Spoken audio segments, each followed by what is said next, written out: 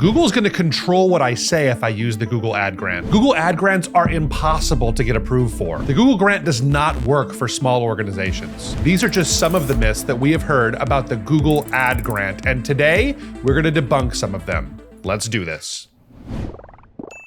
Well, hey guys, I'm Thomas here from ReachRight. We put out new content like this each and every week, so if this is helpful to you, it would mean a lot to me if you would hit the subscribe button. Here at ReachRight, we've helped literally hundreds of churches take advantage of the free $10,000 every month that Google gives to nonprofits. And over the years, we've heard quite a few myths that never seem to fully go away when it comes to the Google Grant. Today, I want to take the time to unpack the 6 most common myths about the Google Grant. I want to tell you that most of them have a little kernel of truth that's turned into a snowball that's led a lot of people astray. The first myth is that the Google Grant is hard to get approved for. Back when I first started helping churches and nonprofits with the Google Grant, you actually had to go through a much longer application process. It even included an essay portion where you had to write a 2,000-word essay about why your organization would be a good candidate for the Google Grant. We were able to get some nonprofits approved in that season, but thankfully, it's become much easier to get yourself approved.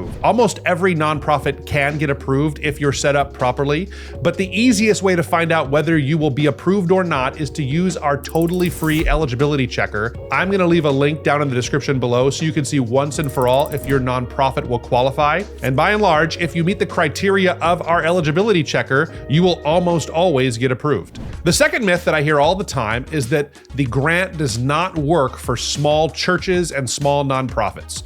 This really couldn't be further from the truth. In fact, I think that the grant is the great equalizer for small organizations. Larger organizations may have the budgets to be spending thousands or tens of thousands of dollars every month for Google Ads that will turn into new donors and new members of their organization. But for small organizations, the playing field is completely leveled. You have access to an enormous reserve of $10,000 every month if you can spend that much. And for nonprofits that are really ready to work it, it really is a fantastic opportunity. Now, that being said, to really get the best results, you do need a fantastic web presence. And if you haven't invested in that because your organization is smaller, it may be something that you look to as you're doing the grant. But make no mistake, the grant is fantastic. And I think it's an even better value the smaller your organization is. Myth number 3, once you're approved for the grant, you don't have to do anything else.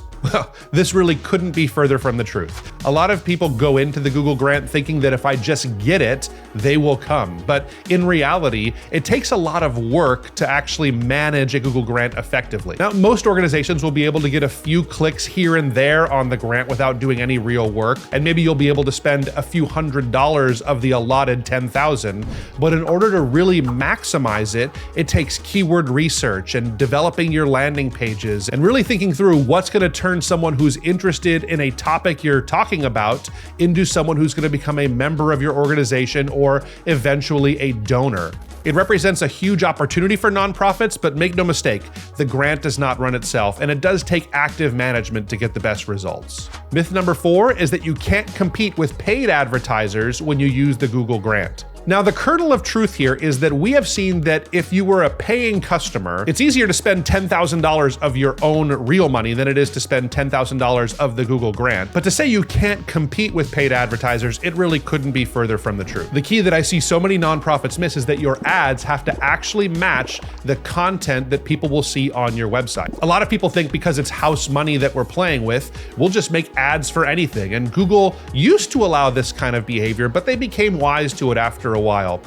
Now, unless your content on your website really matches what Google thinks the searcher is looking for, they're just not going to show your ads. So you need to actually spend the time to create content. And if you do create good content on your site and you match that with great keywords and great ads, it'll work.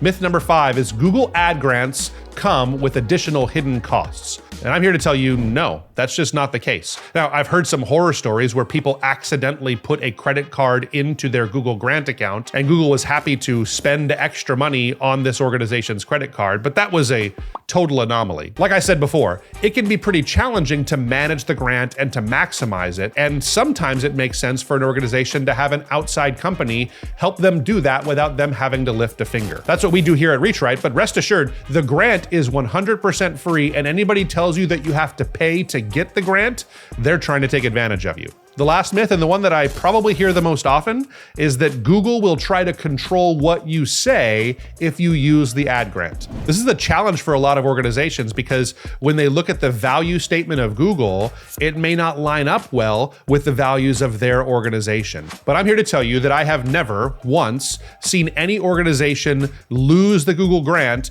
because they said something that Google didn't like. Now, the kernel of truth on this one is that there are some topics that are kind of off limits.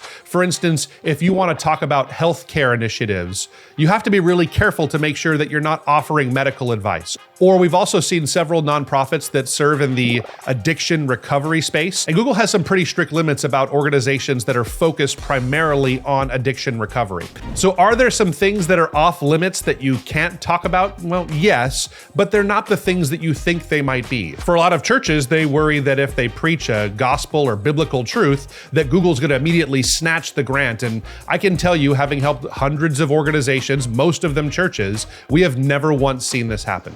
What I have seen is so many organizations start the Google grant only to become overwhelmed by how much work is behind it and have a hard time maximizing the results. I see this so often that I made a video that is the ultimate guide to getting and maximizing the Google ad grant. You need to watch this next.